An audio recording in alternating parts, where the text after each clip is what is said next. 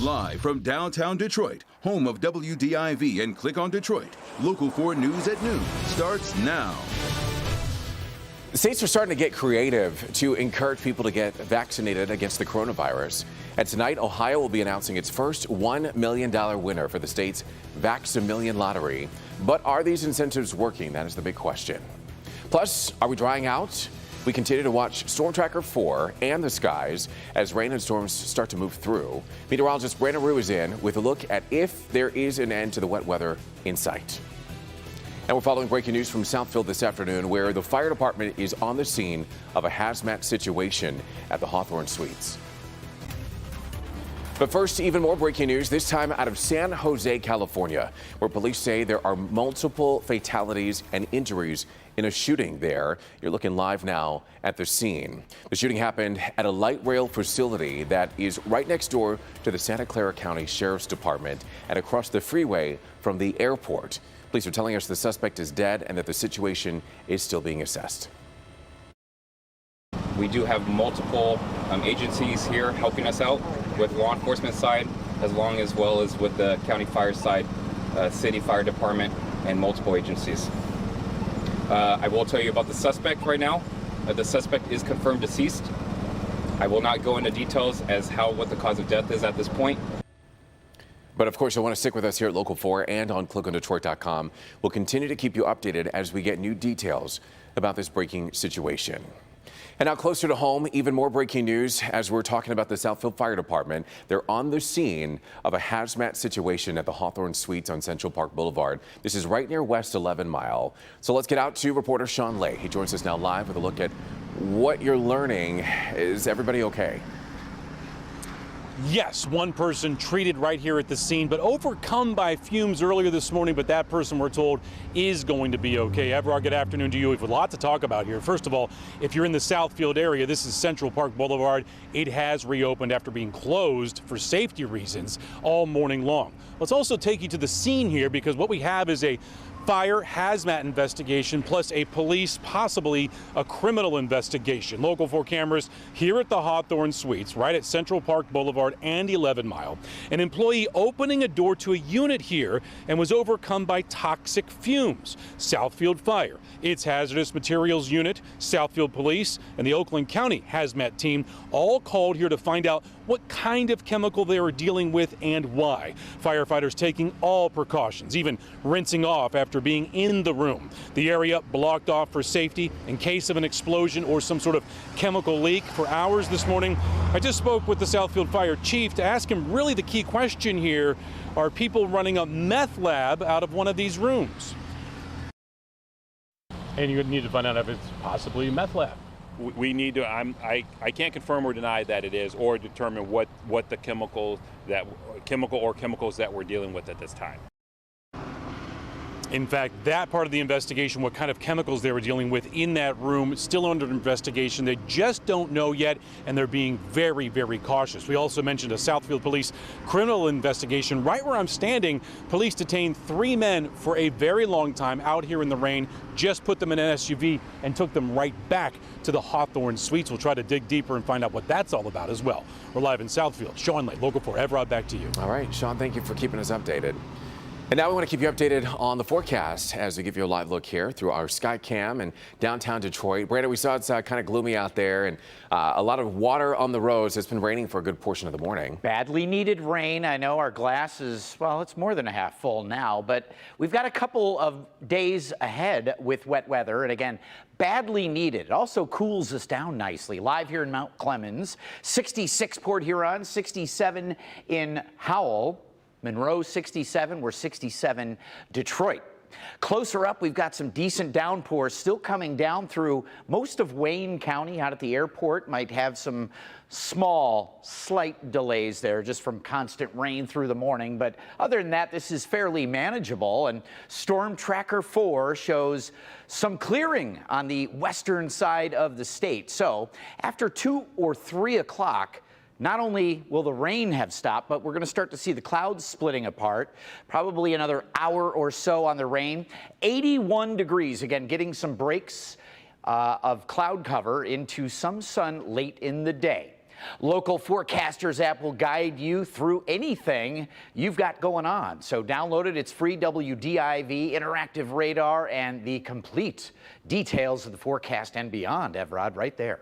All right, Brandon, thank you so much. Let's turn our attention now to the coronavirus this afternoon. We are expecting to get new Michigan coronavirus vaccination and case numbers, as we do every afternoon, except Sundays.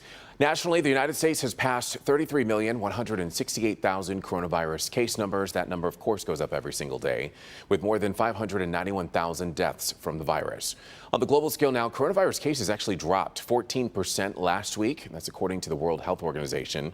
The biggest decreases were over in Europe, but the agency warned that case numbers and deaths are still high there. In the meantime, the U.S. has hit a milestone, and it's a huge one in the fight against COVID-19, as now half of all adults here in the United States are fully vaccinated.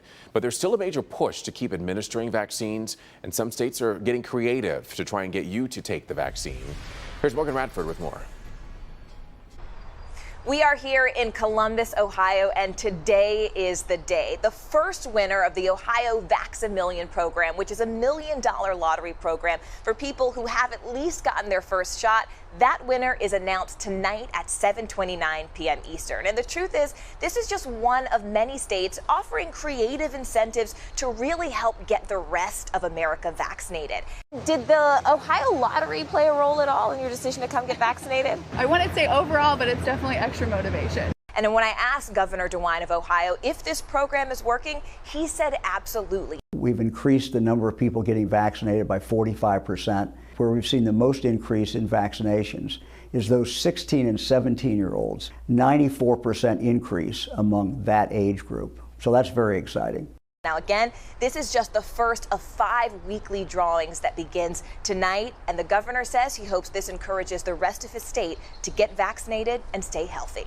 I'm Morgan Radford for NBC News here in Columbus, Ohio. Right, Morgan, thank you. Also making headlines this afternoon. And in other news, Ford has announced an increased investment in electric vehicles and battery development. Ford saying that it plans to spend more than $30 billion by the year 2025, with the goal of having 40% of vehicles electric by 2030. The automaker says it will add about $8 billion to its electric vehicle development spending from this year to 2025. That would bring the total to nearly $20 billion as Ford begins to develop and build its own batteries. And now to new potential legal jeopardy for former President Trump as Manhattan's district attorney convenes a grand jury to hear evidence and weigh possible criminal charges against the former president, his organization, and staffers. As Christian Welker reports, these latest developments are the strongest signal yet that the investigation has reached a critical new stage. Overnight, amid possible signs that the investigation into former President Trump could be entering a new phase, he blasts it as a continuation of the greatest witch hunt in American history.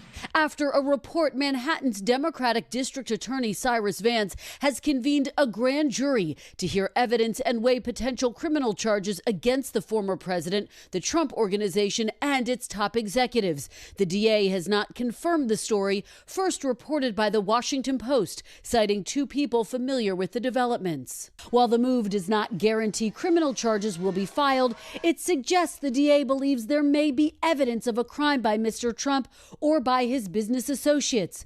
Mr. Trump has never been convicted of a crime, but has branded every previous investigation into him as a witch hunt. Greatest witch hunt in the history of politics. In his new written statement, the president also called the investigation purely political, arguing it was being driven by highly partisan Democrat prosecutors. Under scrutiny, the former president's business practices and possible criminal conduct at the Trump Organization, which could include falsifying business records, insurance fraud, and tax fraud. The Trump Organization has denied any wrongdoing. He is a con man, and he is a cheat. The initial investigation started when Mr. Trump's former attorney, Michael Cohen, who pleaded guilty to charges that included lying to Congress, testified that Mr. Trump had misled lenders and tax officials by manipulating the numbers. Cohen speaking out on MSNBC earlier this week, predicting the president's other business associates will turn on him. They're going to flip on each other like it's going out of style. And that was Christian Welker reporting. It could be months before we find out whether there will actually be any charges.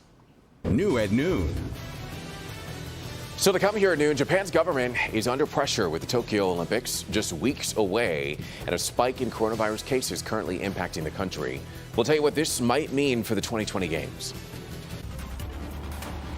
And we continue to follow breaking news out of San Jose, California, where sheriff's deputies confirm there are multiple fatalities and injuries in a mass shooting. It happened around 6:34 local time at a light rail facility, and police say the suspect is dead and that the victims are employees of the rail yard. These are live pictures from the scene there. Of course, you want to stick with us here at Local 4 and on clickondetroit.com. We'll continue to keep you updated as we get new information. We'll be right back.